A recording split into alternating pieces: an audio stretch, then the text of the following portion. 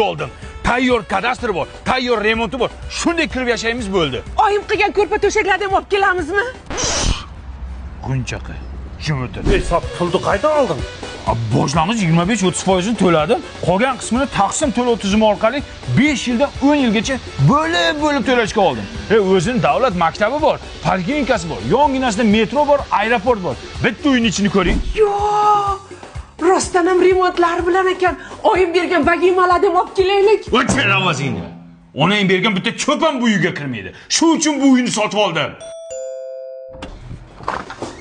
Pam, kuyov yangi uyga yangi gilam olib keldim. Gilam bilan kerak emas. Agar mana shu gilam mana shu uyga solinsa, butun umr minnat qilib o'tadi meni. Oyim, parasda topkimandingizmi? O'shanga kuyovingiz kayfiyati yo'q.